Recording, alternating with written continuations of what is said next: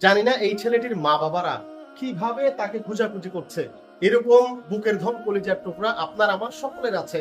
যখন ছেলেগুলো মায়ের বুক থেকে বাবার বুক থেকে হারিয়ে যায়, তখন মা বাবারাই জানে ছেলেদের জন্য কত যন্ত্রণা, কত ব্যথা তাদের বুকে ধরপড় করে। প্রিয় দর্শক, যারা ভিডিওটি দেখছেন অবশ্যই ভিডিওটি বেশি বেশি করে শেয়ার করবেন। আপনার শেয়ারের মাধ্যমে হয়তো এই ছেলেটি ফিরে পাবে তার মা বাবা, তার মা বাবা আত্মীয় স্বজন ফিরে পাবে তাদের কলিজার টুকরাটি। দেশ কিংবা দেশের বাহির থেকে এই মুহূর্তে যারা আমার এই ভিডিওটি দেখছেন, আপনারা সবাইকে জানাচ্ছি রিপোর্টার কায়সার আহমেদের পক্ষ থেকে সালাম, আসসালামু আলাইকুম ওয়া রাহমাতুল্লাহ।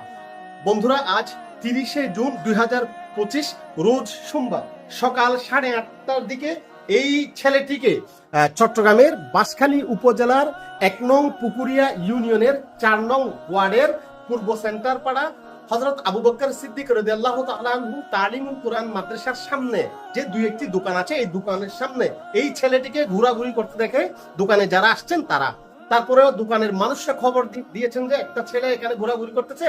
যখন জিজ্ঞেস করছে সে বলতে পারছে না কোন জায়গায়, তখন এই মাদ্রাসার যিনি সম্মানিত পরিচালক তাকে খবর দিয়েছেন। তিনি গিয়ে এই ছেলেটাকে জিজ্ঞাসাবাদ করে, তারও মনে হচ্ছে যে ছেলেটা হারিয়ে গেছে। তখন সে এই মাদ্রাসায় ছেলেটিকে নিয়ে আসে। ওদিকে দেখো, তোমার নাম কি? আরমান। আচ্ছা, তোমার বাড়ি কোথায়? বাড়ি কোথায় তোমার? জানি না। সে কিন্তু কিছুক্ষণ আগে আমাকে বলছে তার বাড়ি হচ্ছে বাঁশখালী শেখের কিল। তোমার আব্বু আম্মু কোথায়? জানো না। কার সাথে থাকো তুমি? তোমার আন্টির বাসায়। তোমার আন্টির নাম কি?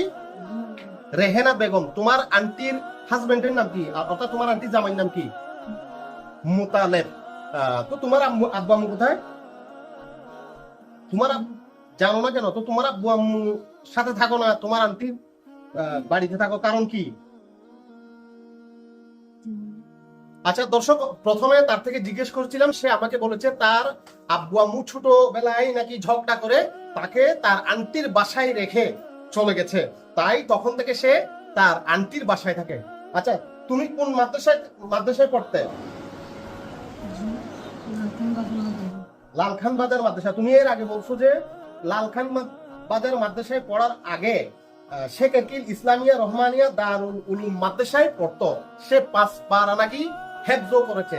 হেফজ করার পরে সে আবার লালখান বাজার, চট্টগ্রামের লালখান বাজার মাদ্রাসায় 4র্থ শ্রেণীতে পড়তো, কিতাবখানায় সম্ভবত। এই ছেলেটির বয়স আমার মনে হচ্ছে এই 12 থেকে 13 বছর হবে। তোমার আন্টির নাম্বারটি মুখস্থ আছে? বলো তো। 0184 10 17 123। আচ্ছা, সে যেভাবে বলেছে